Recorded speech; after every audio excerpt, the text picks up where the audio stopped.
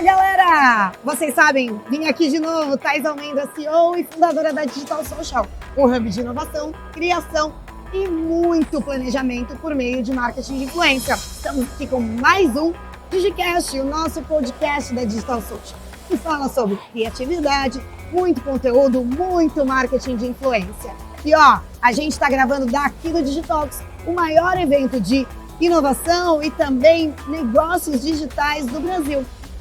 Ó, não se esqueça, meu querido, segue a gente em todas as redes sociais, se inscreve aqui no canal, tá? Ativa o sininho para ouvir tudo e assistir também. Bora? Vem para mais um episódio! O tema de hoje é marketing de influência funciona na indústria farmacêutica? Será? Olha, o que eu posso dizer é que a indústria farmacêutica está crescendo muito. Deixa eu olhar minha colinha, vou falar para vocês quais são os números que eles estão movimentando no ano passado. 190 bilhões de reais, segundo dados revelados pela consultoria Redirection International. Até o final de 2027, a projeção de crescimento é para mais de 30%. Galera, é uma grana, né? Mas vamos pensar, uma indústria sisuda que hoje, na verdade, está tentando se remodelar e entrar no digital e também trabalhar com influenciador. Vamos conversar sobre isso com duas pessoas maravilhosas que sabem muito sobre esse assunto. Bora lá então! Natália Guarato, Head de Conteúdo e Social Media na Agência Conteúdo, que faz um trabalho super dedicado para a indústria farmacêutica. Nath, seja bem-vinda demais. Obrigada. Luan Campos, coordenador de comunicação de marcas próprias na rede Droga Raia. Luan, maravilhoso, obrigada por você estar aqui, seu trabalho está sendo muito legal. Quero muito que você conte sobre os squads de influenciadores que vocês têm e tudo sobre marketing de influência. Bem-vindos os dois. Eu que agradeço, obrigado pelo convite. Maravilhosos. Vamos começar aqui. Quero que seja um papo muito descontraído, que vocês falem tudo, porque assim, gente, pra vocês saberem, eles dois já trabalharam comigo. Natália lá no jornalismo, desde os primórdios. A gente começou juntas lá, contando histórias através de pessoas, histórias imparciais. A gente lutou muito juntas, né? Luan trabalhou comigo na Vevo, depois a gente construiu a Mind juntos, né? Estávamos Luan? lá, gente. A gente estava lá, foi a gente estava, foi maravilhoso. Luan, trabalhamos juntos, amamos. E o Luan saiu do entretenimento para a indústria farmacêutica. Quero muito conversar sobre isso, mas primeiro, Nath, você primeiro, quero que você conte essa transição do jornalismo para a publicidade e essencialmente agora para a indústria farmacêutica. Olá, obrigada pelo convite, tá um prazer estar aqui com você hoje. Estou muito orgulhosa de você e de todo o sucesso da Digital Social. Respondendo a tua pergunta, né, não foi nada planejado, né, eu acho que quando a gente estava ali no jornalismo, a gente percebeu um pouco esse movimento das marcas começarem a construir conteúdo, né, a saírem um pouco da publicidade e anúncio e irem para a publicidade e conteúdo. Vendo esse movimento, me deu um estalo e eu falei, putz, eu acho que tem muito a ver comigo, acho que tem uma criatividade que eu não consigo exercer no jornalismo e acho que tem uma oportunidade legal. Não é uma transição fácil, né? Você não sai... Eu venho de uma carreira de 7 anos no jornalismo, então você não sai da posição que você está no jornalismo direto para um cargo bom na publicidade, você tem que dar uns passinhos para trás. Eu fui galgando, assim, né? Fui redatora, fui social media, depois fui para planejamento, trabalhei em diversas áreas, muitos freelas, várias agências. E na indústria farmacêutica, como você estava bem falando aí no começo, é uma indústria sisuda. Vou falar bem a verdade, eu tinha preconceito, eu não queria, eu fugi de algumas vagas em alguns momentos, porque eu achava que eu não ia conseguir exercer uma criatividade interessante dentro desse mercado. E aí, 2 anos atrás, fiz um primeiro trabalho, né, para uma agência focada em health e vi que tem muita oportunidade, que é um mundo a ser desbravado e hoje estou como head de conteúdo na Triunfo Suder, uma agência que tem 18 anos, né, no mercado health e que está movimentando bastante esse mercado de conteúdo e de influência. Muito legal. Primeiro, um beijo, Janaína. a dona, a mulher, CEO, que domina lá a Triunfo, maravilhosa. Obrigada pela confiança na gente, né? Acho que a Janaína também desbravou muito, né? Tudo isso foi ela que trouxe muito dessa indústria farmacêutica como conteúdo também para o nosso meio, né? Sim, é uma mulher inovadora, né? Uma mulher forte, inovadora e que é super referência no mercado de comunicação, uma líder. A Triunfo tem a maioria da liderança feminina, tem a maioria de colaboradoras femininas e é muito legal trabalhar dentro desse ambiente onde a inovação é tão valorizada e onde ela aposta tanto no conteúdo. Ela quer ser uma referência, né? A Triunfo Sudler quer ser uma referência, está se tornando uma referência em conteúdo e com influenciadores na área de health, e a Jana tem todos os méritos por isso, assim, com certeza. Nath, quais são as marcas que você atende hoje e o que vocês fazem de fato, né, para a galera entender um pouco melhor? Beleza, vamos lá. Hoje a Triunfo é uma agência especializada em disease awareness, né, que são campanhas de conscientização. Então a gente, né, como farmacêuticas, né, a gente não pode falar de produto diretamente para o público. A gente sempre fala sobre conscientização de saúde, prevenção. Faça seu exame, procure um médico, faça seu check-up anual, né? Os nossos CTAs são sempre direcionados para esse tipo de ação, né? Para que as pessoas se conscientizem e se cuidem. E hoje as nossas duas principais marcas, a gente é uma agência 360, a gente não atende só a parte de conteúdo e de redes sociais, a gente tem várias outras marcas, mas vou falar aqui das minhas duas, da minha parte que é onde a gente está trabalhando bastante com redes sociais e bastante com influência, que é a Novo Nordisk, né, onde a gente tem campanhas sobre obesidade, sobre diabetes, sobre doenças cardiovasculares, e temos a Libes, que é com a campanha Sou Única, Sou Muitas, onde a gente trabalha saúde da mulher de uma forma integral. Muito legal, gente. A gente está trabalhando juntos, daqui a pouco a gente conta esses spoilers, mas o que eu queria dizer? Aí vão perguntar, tá, mas onde entra o produto? Onde entra o medicamento? A curva para se contar essa história é através da conscientização, como a Nath falou, né, Nath? O medicamento é depois, porque o médico vai receitar. É tudo prescrito.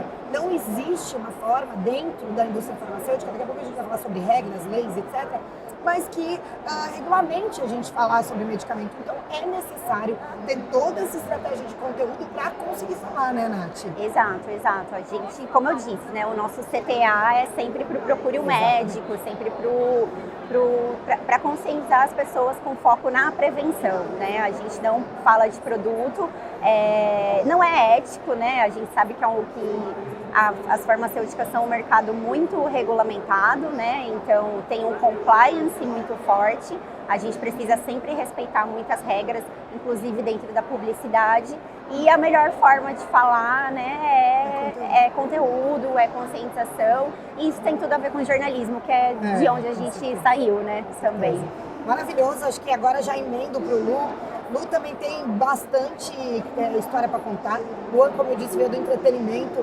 Essa transição para a indústria farmacêutica, embora eu sei que muito do que das marcas próprias não necessariamente precisa de receita, acho que quase nenhum, né, precisa de receita. Mas tem essa transição, tem dos endontes totalmente diferentes do entretenimento, tem vários pontos, várias questões, né? Principalmente porque se trata de, por exemplo, daqui a pouco a gente fala, mas temos aí um creme corporal, né? Um hidratante corporal. Cara, impacta no final, você vai passar na pele, tem dermatologistas, tem tantas outras questões também que, né, envolvem saúde. Queria muito que você contasse essa transição, como é que foi, como é que tá sendo.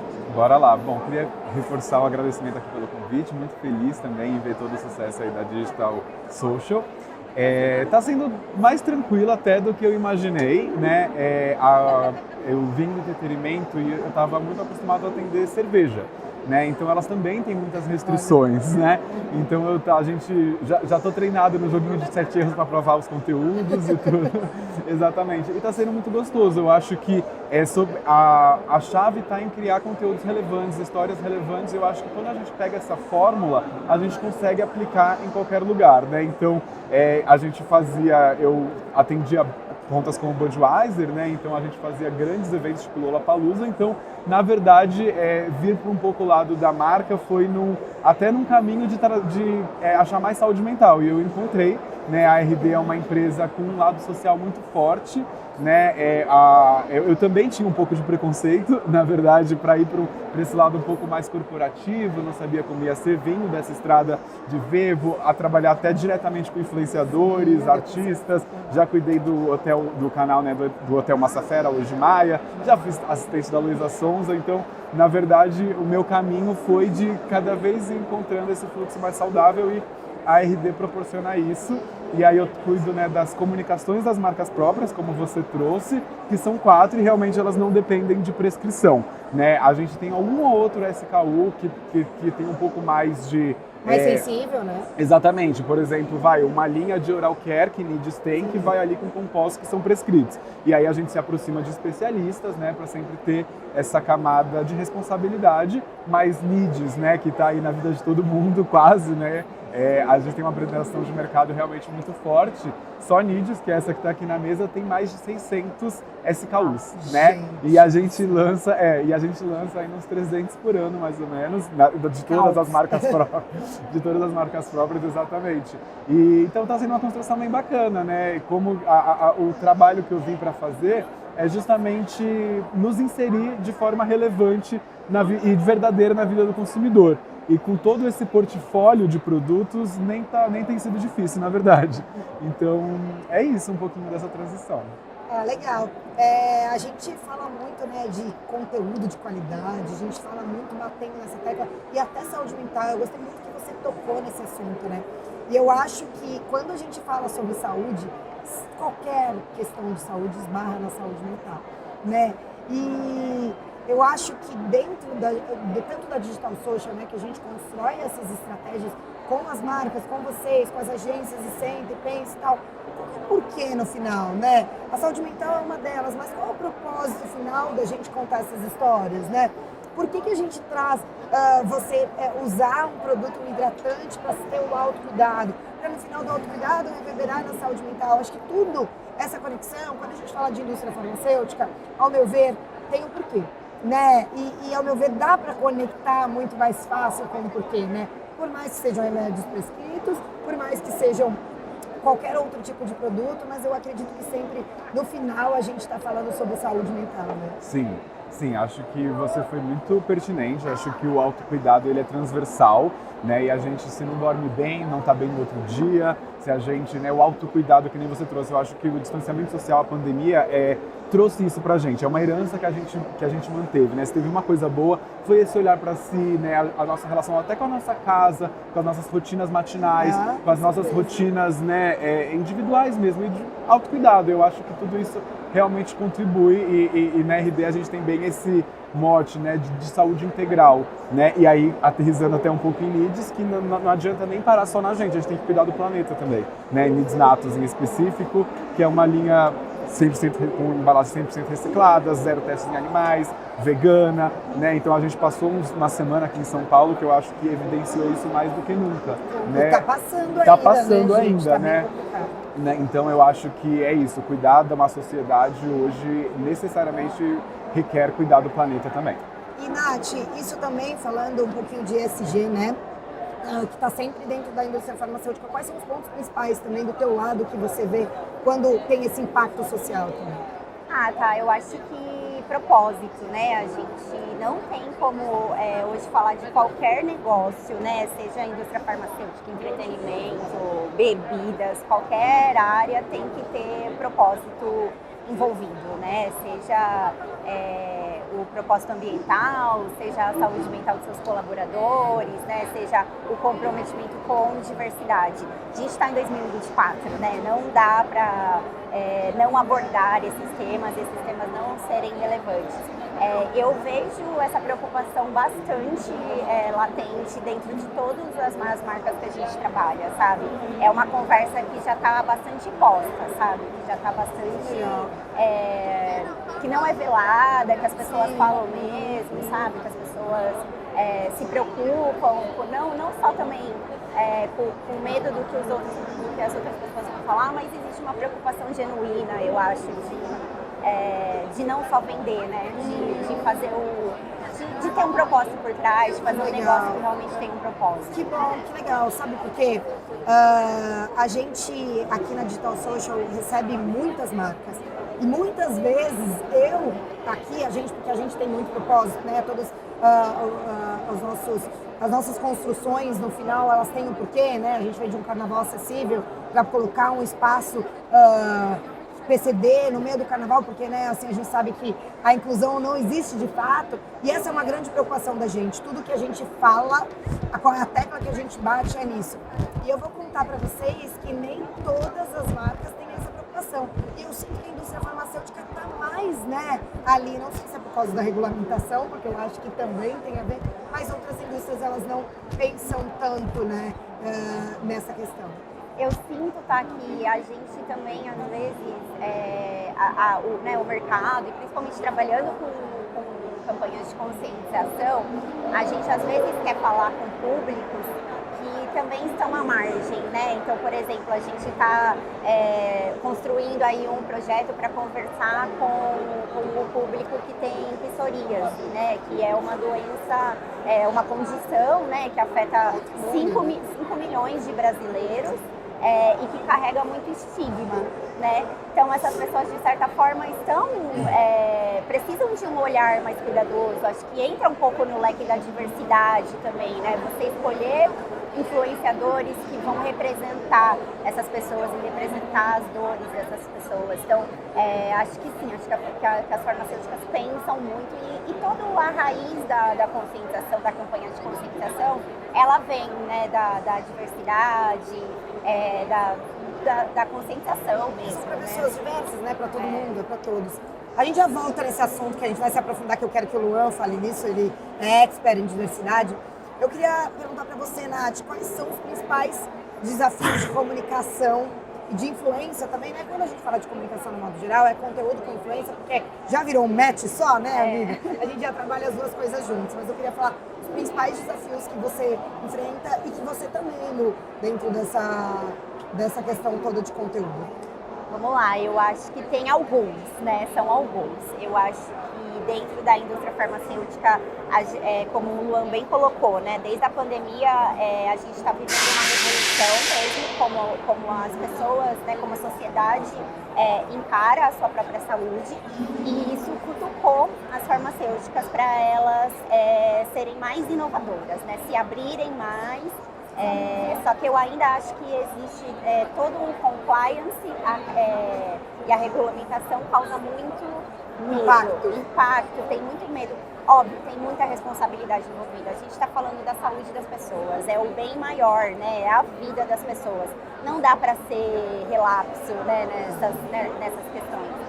Então, o compliance, né, das farmacêuticas tem sido um desafio para a gente. E até gostei, né? Esses dias a gente teve uma reunião aí com o seu jurídico, com a Gabriela, manda um beijo pra ela, inclusive. Ela não tá aqui hoje, mas Gabi ontem aqui tava mandando ver, falando com todo mundo aqui. Arrasou, Gabi. E ela falou uma coisa que eu adorei, né? Que os advogados existem hoje para facilitar negócios, né? Para abrir caminhos. E acho que é isso que a gente precisa, enquanto agência de marketing, agência de influência, levar para os nossos clientes. A transparência, a responsabilidade e, olha, vamos fazer, vamos inovar, mas vamos fazer tomando todos os cuidados e sendo o mais transparente e responsável possível, né? Isso, e eu também acho que tem um ponto também de como falar, eu falei isso no podcast do passado, mas como falar de uma forma simples, que todas as pessoas entendam, porque a gente fala com um público muito amplo, voltando na questão da diversidade, sem ser simplista. E como a gente passa esse conteúdo da melhor maneira por vozes reverberadoras, que são os nossos influenciadores, que são eles que estão na vida real ali sofrendo, né? São eles que estão passando ali toda a comunicação, são eles que estão contando histórias o tempo inteiro, né? Então, como que a gente fala simples, sem ser simplista e para todo mundo, né? Total, total. Eu acho que tem muito isso de descomplicar a saúde, né, pro público, né? Eu acho que esse é o papel do conteúdo e da influência nesse momento, né? Descomplicar. Então, por exemplo, a a gente trabalha bastante com doenças cardiovasculares, né? Então, não vamos falar cardiovasculares. Do coração. Vamos falar do coração, né? Então, a gente está sempre... Isso vem do jornalismo também, né? Essa coisa de falar a língua que as pessoas entendem, né? Se adaptar ao espírito do tempo e ao que as pessoas falam, ao que precisa ser escutado na língua das pessoas, né? Mas obviamente, sem ser simplista, como você disse. Luan estava concordando aqui, né, Lu? Sim, Queria demais. que você comentasse sobre tudo isso. Quais são os desafios que você passa? Eu queria até começar com esse ponto da responsabilidade que as farmacêuticas têm, né? E eu acho que tem que ter mesmo, porque elas justamente lucram em cima de tratar as pessoas. Então elas têm que ter um compromisso em tratar as pessoas, né? Então eu acho que é um lugar até de devolver mesmo para a sociedade, porque lucra muito, a gente sabe, né? Então eu acho que faz parte, né? Por exemplo, na própria RD, 1% de todo o faturamento vai para causas sociais. Eu acho que isso é muito bacana, porque é isso, é uma forma realmente de devolver, e eu acho que isso também, né, se aplica às nossas restrições, né? Eu sou muito atento a todas elas, porque é isso, a gente não pode cair num lugar de propaganda enganosa, né? A gente está falando da saúde das pessoas, então o que eu sempre uso de técnica é não fazer um depara. Você não pode falar, sua imunidade vai ficar melhor. Você não sabe como é a imunidade da pessoa. Cada um é cada um. Cada um é cada um. Humanos. Exato, então assim, a Anvisa nisso arrasa, aliás, tá? A gente Sim. tem um link, tem um site que é só você colocar lá e ela traz quais os compostos, quais as atribuições que você pode levar para cada composto. Então vou trazer um exemplo bem prático, a cranberry. Ela contribui muito para a saúde íntima feminina, né? Então ajuda a prevenir infecção urinária e tudo mais. Dias, né? Exatamente, mas é isso, ela contribui, ela tem ativos que estimulam a sua imunidade. Não é a cura, né? Exatamente. Você não pode prometer que ao tomar a mulher ou a pessoa, né, que tem vagina vai ter necessariamente uma melhora significativa, porque você não sabe qual que é o quadro dessa pessoa. Então eu acho que é ser o mais simples possível, sem perder a responsabilidade que a gente tem de estar ali falando em primeira pessoa enquanto uma farmacêutica. Sensacional, Lu. Falando nisso, agora a gente falou que são pessoas reais, seres humanos, e quando a gente fala de influenciadores, são pessoas reais que estão contando histórias. Eu ontem na palestra aqui com Gusta, Theo e Ana Chio, né, eu fiz uma analogia, mas é uma verdade. Quando você vai trabalhar com influenciador, você tem que bater na porta e falar: oi, meu amor, tô entrando na tua casinha, quero pedir licença para entrar, porque você entra na casa deles para conversar com o público deles. Qual é a melhor forma de contar essas histórias reais, né? Total. Eu acho que eu bato muito nessa tecla, a Nath sabe que eu sou chata, eu quero um planejamento bem feito, eu quero uma estratégia bem feita, o Luan também sabe porque ele tá falando com isso. Ele ouve eu falando isso, acho que tantas vezes que ele não aguenta mais me ouvir. Né? Mas foi bom que eu absorvi muito. Ah, que bom, obrigada. Mas é isso, assim, de fato a gente contar uma história. Qual é a história? Por que a gente está planejando essa história? O influenciador, ele é o veículo, ele é o meio, ele não é o fim, ele não é o começo, ele é o meio, né? A gente tem que ter essa responsabilidade de contar a história, mas bater na portinha dele e falar: queridão, tô entrando aqui, como é que eu entro e se relaciona com a minha marca? Como é que a minha marca entra em tudo isso? Acho que isso é a parte principal estratégica. E aí, Lu, falando sobre isso, histórias reais, vidas reais, eu queria que você contasse o squad que vocês têm. Bora lá. Lá na Marcas Próprias, mídias, como é que foi essa construção, o que vocês estão pensando? Estão pensando para o futuro, que vai ter um futuro aí vasto, acho que vai ter muita coisa legal para ver. Bom, esse exemplo é perfeito. Eu até faço uma analogia de você ir na festa da pessoa, né? Se você chega com o dono da festa, né, é muito mais fácil você se entrosar. Eu acho que o influenciador, ele é o dono da festa ali dos seguidores dele. Exatamente. Então, você quer, né, tá ali da forma mais natural possível, porque a festa já acontece, as pessoas já estão acostumadas com o fluxo. Se você não dançar conforme a música, você, né, não vai se entrosar tão bem. Então eu acho que achar essas conexões é o ideal, né? Quando eu entrei, eu tô há 6 meses, né, na RD, exato. Mas tem um lado super nerd, né? Então eu cheguei já entrando nos arquétipos das marcas. Eu acho que pra gente estudando, eu acho que esse é o primeiro passo. Então, pra gente chegar no squad, a gente tinha que chegar no arquétipo da marca e, obviamente, ter um squad que responda a esse arquétipo. Quando a gente vem, né, falando de uma farmacêutica e tudo, então, claro que a gente tem dermatologistas, especialistas, então tem tanto uma camada, né, de celebridades, como para a Biuela, a Ana Paula Arósio, né? Sim, eles fizeram, você viu essa campanha?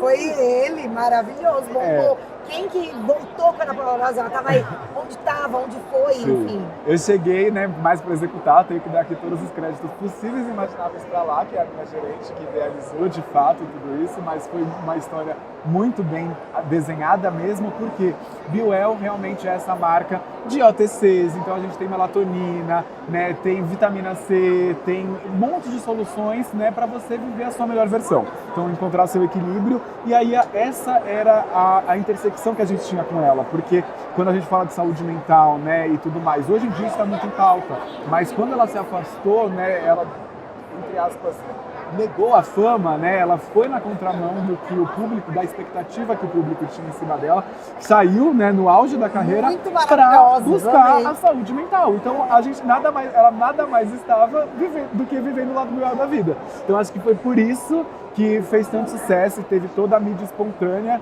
que teve, né? E aí eu vou puxar também a sardinha pro nosso lado, a gente fez uma estratégia de marketing bacana, legal. A gente usou do próprio sumiço e do burburinho que a volta dela sempre causa para vazar uma foto dela na frente de uma das nossas drogas raia, né? Com uma sacolinha de Bioel, e a gente deu essa isca pra mídia, pra PR, bolar suas teorias e tudo, e aí a gente, né, é isso que a gente fala sobre ter boas histórias. Quando a história é boa, as pessoas querem contar, você não precisa pagar pelos espaços, né? Então em 24 horas a gente estava em 5 canais de televisões abertas. A gente entrou no Trending Topics do falecido X, né? A gente vai voltar, sabe? E vai voltar. Eles precisam só resolver essa polêmica aí. Exatamente. Então é isso, eu acho que cai no que boas histórias e um cruzamento, né, bom dos arquétipos e das duas propostas, né, de valor dão certo, né? Então... sem contar um pouco sobre a diversidade, né?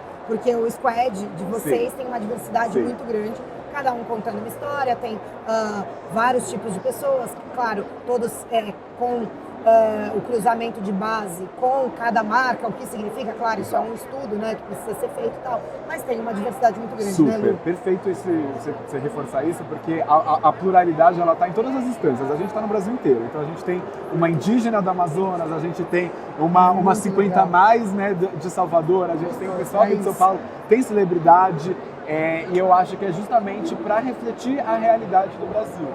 Eu acho que não é ser inclusivo, na verdade, é ser pertinente. A população, ela é plural. A gente pode refletir isso ou não, né? Então eu acho que nada mais é do que você se aproximar do público como ele é. Né? Então, por isso a gente tem proporcionalidade, metade do squad é preta, temos um monte de LGBTs, então, justamente porque para as pessoas se identificarem, elas tinham que se ver ali, né? Então, temos a Pepita, né, que ilustrou a nossa live de maternidade, né, por trazendo uma perspectiva bem interessante, né, sobre maternidade. Então, é isso. Acho que a pluralidade, ela vem basicamente para a gente refletir a realidade do país. Sensacional. Nath, a gente está falando sobre isso, né? Sobre diversidade, sobre pluralidade, sobre toda essa questão. E aí a gente está começando agora um trabalho sobre obesidade, né? Um podcast que a gente está fazendo juntas, a Digital Social com a Triunfo, mais no Norte, que está sendo super legal. E a gente está falando com carinho sobre uma doença, sobre a obesidade, né? Que na verdade afeta muita gente, você tem os dados melhor do que eu, mas a gente não fala de forma punitiva, a gente abraça todos os corpos, a gente está falando também sobre diversidade de corpos, para que as pessoas não sintam que, cara, a obesidade esbarra em questões de gordofobia, né, que não é sobre isso. Então, eu queria que você contasse um pouco mais, esse podcast foi lançado, não sei quando esse nosso aqui vai ao ar, mas a gente estava no primeiro episódio, a gente acabou de lançar, Evaristo Costa é o nosso apresentador, mas temos André Marques contando uma história, né, que de fato faz parte da vida dele, enfim, esse emagrece, volta, enfim, essa efeito sanfona, que é a palavra mais certa de se falar, mas é isso. Queria que você falasse um pouco mais do nosso projeto. Claro, vamos lá, né? Obesidade, a gente vive uma epidemia de obesidade no mundo, né? No Brasil, inclusive, é um assunto delicadíssimo porque esbarra em muitas questões, né? Esbarra também na questão da saúde mental, como você bem disse, esbarra em todas as comorbidades, né? Então, se você está com sobrepeso, se você está acima do peso, se você não, né, procura um tratamento, se você não cuida da sua saúde, é muito provável que você vai desenvolver outras doenças, né, principalmente aí a doença cardiovascular, o diabetes.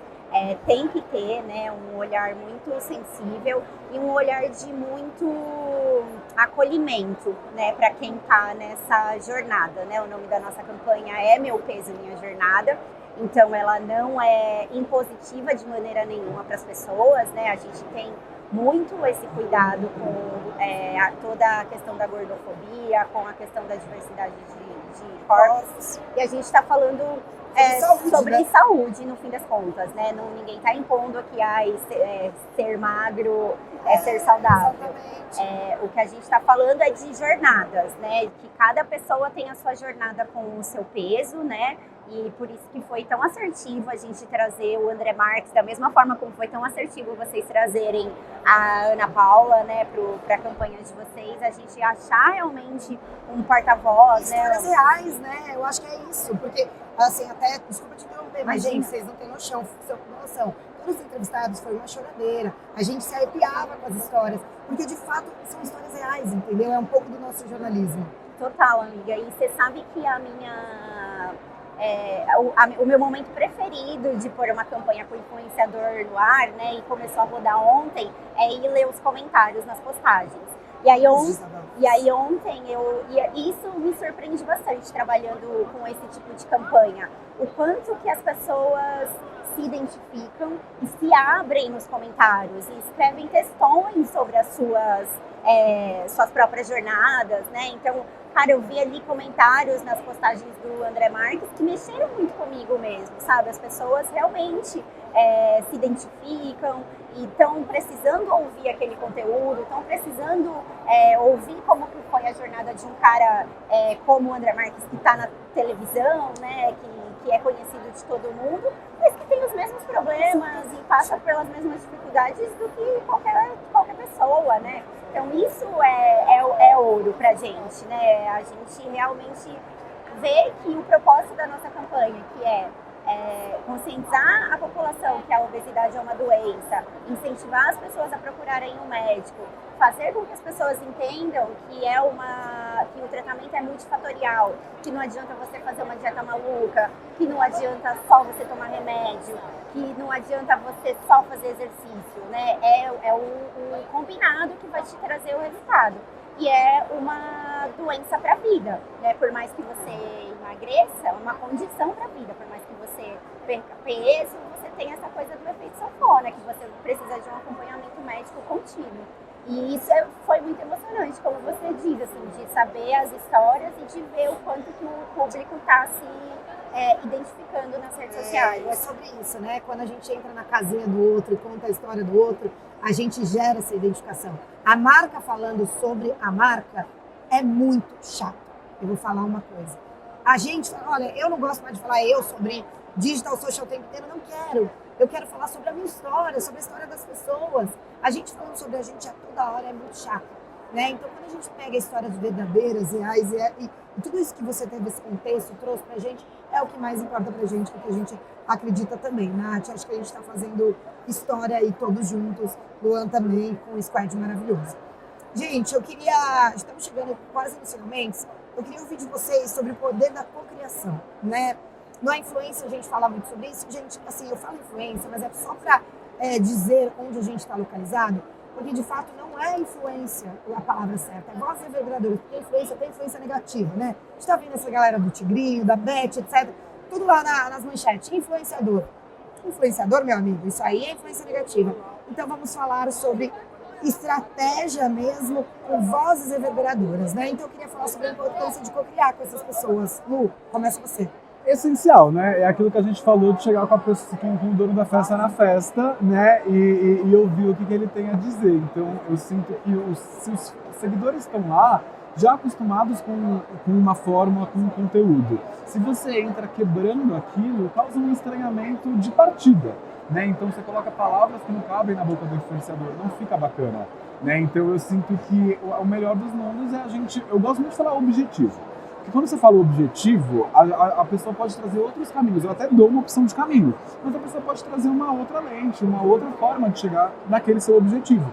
Então eu gosto muito de trocar, né? Eu acho que quando dá para marcar uma reunião, eu gosto até de participar, na verdade. É o melhor dos mundos. Porque claro. Apresenta o briefing, né? E tudo mais. Para eles estarem inseridos na marca. Eu acho que a marca não tem que, dentro dessa relação toda, a marca não tem que ser jogada de lado. A marca é o centro. Vocês precisam conversar com o influenciador. Sim. Isso é necessário. Claro que às vezes não dá, não é possível, enfim. A gente tem que ter uma estratégia, como é que a gente fala, vamos reunir. Para mim, o Creators Day, eu falo toda vez, a gente faz muito. Que é criação, roda de criação com o influenciador, é o que mais funciona. É o que mais funciona, senta todo mundo, vamos conversar. Eu não sou eu da agência, não sei com profundidade o que vocês querem dizer, entendeu? Vocês passando, é muito mais importante. E cada um tem uma expertise, cada um tem uma coisa a agregar, né? Vocês vivem estratégia o tempo todo, eu vivo a marca o tempo todo, eles falam com o público deles o tempo todo. Então se cada um... É um triângulo que funciona, né? Eu acho que colaboração é a palavra-chave, né, desse mercado que a gente trabalha. O influenciador sabe o que funciona, né? Normalmente a gente se surpreende, a gente tem se surpreendido, né? São as nossas primeiras campanhas com influenciadores e a gente tem se surpreendido quando a gente trabalha com influenciadores que têm muito a sua identidade, né? Vou citar o nosso querido Rodrigo Góes, que já fez aí algumas campanhas pra gente que tem uma identidade muito própria do conteúdo dele, né? Ele tem o jeito dele e a audiência dele quer ver os bordões dele, quer ver as gracinhas que ele faz, né? Como que é o nome? Fake Mary! Rodrigo, beijo, a gente te adora. A galera quer ver isso e, cara, quando ele traz isso pra dentro de um conteúdo, às vezes, difícil, né, ou um conteúdo delicado de saúde, né, vou citar a campanha de ejaculação precoce, a gente fez, e ele trouxe de uma maneira, assim, tão leve, né, porque também... Com informação, né? Com informação. E um assunto que às vezes é um tabu para os homens, a gente sabe que a galera não clica, ou vai pro lado da gracinha, é um amigo meu, não sou eu que tenho, e não sei o quê. Cara, e ele trouxe de uma forma tão interessante, tão ali direto pro público dele, uma conversa tal, que foi ele, né? Deu o briefing ali para ele fez o roteiro e trouxe muito a cara dele pro conteúdo e ficou, tipo assim, superou muito as nossas expectativas da agência e as expectativas do cliente também, que inclusive depois quis continuar trabalhando com ele, né? Com certeza, gente. É assim, influenciador que realmente sabe o que tá falando, muda tudo, sabe? E ele, o Rodrigo Góes, assim, acho que ele é um grande exemplo, é um exemplo de conteúdo, de humor com informação bem redonda. Isso é muito bacana, isso é difícil de achar. Exato. E assim, é difícil de achar e é difícil também de ter o engajamento que ele tem. O engajamento que esse cara teve, depois a gente colocou um cruzamento com o Trends, né? No dia que ele fez a publi, no dia seguinte, cara, o cara explodiu, o cara estourou. Né? Assim, a gente estourou a pesquisa pro Prozói, entendeu? Imagina, e era longe, a gente nem falou o nome da marca, a gente estava fazendo conscientização, as pessoas clicaram no link, as pessoas foram atrás, ou seja, isso é uma influência positiva, isso realmente funciona, né, Ana? Total, e ele é uma pessoa da área da saúde, né? Ele é um nutricionista, ele estuda, né? Então toda vez que a gente dá um assunto para ele estuda e ele traz a visão dele, mas uma visão muito embasada. Sim. Que eu acho que às vezes isso falta um pouco nos influenciadores, sim, né? Demais. Estudar, não pegar a publi pela publi, né? Estudar sobre aquele assunto, se interessar pelo assunto e trazer as suas dúvidas, às vezes, né? A gente sempre faz essas conversas onde a gente, né? A gente tem o costume de incluir o médico das marcas, né? Dentro das conversas para tirar dúvidas, para esclarecer. E muito interessante como quando vem esse influenciador com esse perfil de fato se interessar pelo assunto que ele está comunicando ali. Isso também é uma dica super, acho que valiosa para os influenciadores, sim, né? Sim. Se interesse pelo conteúdo que você tá criando, que de fato né? faça sentido para você, né? e que você estude sobre aquilo, e que case com a sua vida real, né, Sim. Lu? Não, na verdade eu daria a dica até para a cadeia toda. É o influenciador, é a agência. Eu acabei de falar, quando eu cheguei, a primeira coisa que eu fiz foi estudar. Eu acho que tá todo mundo trabalhando, né? Eu acho que tem também essa camada. Vou até trazer o momento de desabafo. Eu acho que existe também, às vezes, uma miopia, né? Porque desse lugar eu acho que a gente tem que cocriar, mas a gente, né, igual, temos uma responsabilidade enquanto farmacêutica. Então, às vezes, algo que parece simples, né, faz toda a diferença na hora de se comunicar para o público, né? E eu acho que esse lugar também tem que ser preservado, né? E aí eu sinto que, às vezes, mas é meu jeito de falar, tipo... É uma linha tênue, eu acho que é aquilo que a gente estava falando, vamos respeitar o jeito de falar, mas também vamos respeitar a responsabilidade que a gente tem em falar o que a gente está trazendo. O equilíbrio, né? Exatamente, eu acho que o equilíbrio é tudo. E aí a gente faz uma campanha segura, né, e bacana para todo mundo. No momento que a gente está aí falando com toda a gente fazendo tigrinho, bet, etc., a gente tem muito medo, né? Porque falta a responsabilidade do mundo da influência, falta a responsabilidade dos influenciadores, e isso dá um pouco de aflição, né? E no final queima toda a nossa estratégia aqui, o que a gente está pensando todo no nosso mercado, né? Mas ainda dá para separar o joio do trigo, né? Com certeza. Acho que dá. Gente, última pergunta aqui. Vamos focar mais em diversidade. A gente acredita também que o mercado farmacêutico ele é um fio condutor para a gente falar sobre diversidade e também para desmistificar preconceitos, né? E trazer informações por diversas pessoas. Vocês acreditam nisso também? O meio farmacêutico é uma forma da gente bater cada vez mais na diversidade? A gente falou isso um pouco, mas vocês acreditam nisso? Eu acredito que toda grande empresa, toda grande instituição deveria ter essa responsabilidade. Eu acho que enquanto farmacêutica, que a gente atravessa todos os públicos, todo mundo precisa de um medicamento, todo mundo pode ficar com uma dor de cabeça, todo mundo precisa se sentir acolhido quando entra numa farmácia, né? Então eu acho que, né, por exemplo, vou pegar o recorte trans, né? Quando a gente tem treinamentos específicos nas farmácias para atender esse público, porque a gente não pode, a gente sabe que preconceitos são estruturais na sociedade, tanto a LGBTfobia quanto o próprio racismo, então a gente tem que sim ter responsabilidade até, né, nos treinamentos. A gente, obviamente, na história já tivemos casos nas nossas drogarias e a gente trata sempre com toda a seriedade possível, né, porque é isso, todo mundo tem que ter o direito preservado de entrar numa farmácia e poder ser atendido. Então eu acho que enquanto farmacêutica, mais uma vez, por prestar esse serviço para toda a sociedade, a gente tem essa responsabilidade dobrada. Eu acho que concordo super aqui com o Luan, e eu acho que para complementar, eu penso que a diversidade passa muito sobre também quem está sentado ali nas cadeiras que tomam as decisões, né? A importância de quem está pensando uma campanha para um público Brasil, né? Ter ali na mesa que tá todo mundo, ter representantes ali de todos os estados, né? Ter a diversidade de raça, ter a diversidade de gênero, é importantíssimo, né? As discussões ficam muito mais ricas, né? Se a gente traz pontos de vistas diferentes, né? Nesse sentido, eu gosto muito da oportunidade que a Triunfo me dá, por exemplo. A gente é uma empresa 100% home office, não voltamos, né, pro trabalho presencial. E por conta disso, eu consigo ter uma equipe diversa. Então, eu tenho uma estrategista de conteúdo que mora em Salvador, eu tenho uma redatora que mora em Goiânia, eu tenho pessoas em Portugal, eu tenho uma pessoa na Colômbia. Então, as nossas reuniões de pauta e as nossas são muito ricas por conta dessa diversidade. É algo que eu valorizo muito. Acho que quando a gente vai para algumas empresas mais tradicionais, a gente não vê isso tanto nos cargos de alta liderança, né? A gente sabe que é uma realidade do Brasil, mas eu sinto que está todo mundo consciente disso e tentando trabalhar, né? E tentando trazer essa diversidade. Legal. Você falou um ponto super importante, né?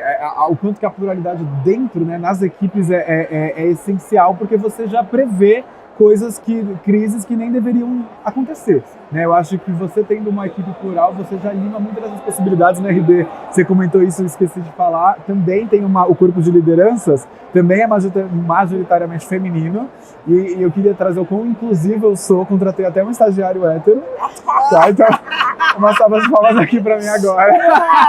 Eu vou falar aqui, né? A gente temos 3 homens, um é gay e os outros 2 são héteros. Mas assim, a gente é difícil contratar, não é? Não é? Porque a minha gerente é sapatona também. Né? Tipo assim, então a nossa equipe ali de marcas próprias, comunicação de marcas próprias, é majoritariamente feminino, quando não é LGBT. E aí eu acho que a gente tem um cuidado realmente redobrado. Acho que lugar de fala, dentro das brincadeiras à parte, lugar de fala dentro das estratégias, e eu falei brincando, né, do hétero, mas é verdade, porque se você parar para pensar, tem essa questão. Se todo mundo virar um corpo corpo gay, um corpo LGBT, já não é mais um grupo diverso, né? Então eu acho que a diversidade ela está justamente na diferença, na pluralidade, e o quanto que perfis complementares realmente chegam mais longe, né? Então, um grupo heterogêneo com certeza vai ter soluções mais diversas para os problemas que a gente vai enfrentar. E, gente, assim, eu estou com muito orgulho de ouvir vocês falarem, porque é o mesmo match que a gente também tem. A gente é 90% mulheres também, tem gente do Brasil inteiro e do mundo inteiro, tem gente no Canadá. Beijo, Lelê, tá aí no Canadá. Não é a Luísa, mas é a Lelê que tá no Canadá. Piadinha ruim. Mas é isso, a gente também acredita nessas vozes plurais, nessa diversidade, e muito bom estar com vocês, porque assim, cara, vocês dividem com o mesmo propósito que o meu, e assim, não tenho como agradecer a presença dos dois, assim, sensacional, muito obrigada, vocês dois são parceiros, amigos, que assim, eu tenho muito orgulho de tê-los, e assim, eu quero estar sempre junto com vocês para ouvir, que foi uma aula, foi maravilhoso o nosso cruzamento, muito obrigada. Obrigada a você, tá? Conta comigo sempre para que você precisar. Um beijo para todo mundo da Digital, da Triunfo. E vamos colocar mais projetos lindos juntas na rua. Com certeza. Beijo, galera da Triunfo também. Luan, obrigada por tudo. Eu que agradeço, meu amor. Me chame sempre. Foi um prazer enorme. Aprendi muito aqui hoje também. E é isso. Com certeza teremos mais oportunidades de estar aqui. Obrigada, galera. Beijo, beijo, beijo. Estamos por aqui. Beijo, não esquece de seguir a gente em todas as redes sociais. Também aqui, ó lá, já tá fazendo publi, ó. O outro aqui fazendo publi, que é o nosso Unidos maravilhoso. Eu amei, gente. Eu amei, ó. É aqui, ó. É pra essa câmera. Gente, eu amei que eu ganhei um produtinho novo, tá? 100% ecológico, né? Toda uma questão assim. Obrigada. Mas é isso, siga a gente, clica aqui, se inscreve no canal, no sininho, também segue a gente no Spotify. Beijo enorme, tchau, tchau!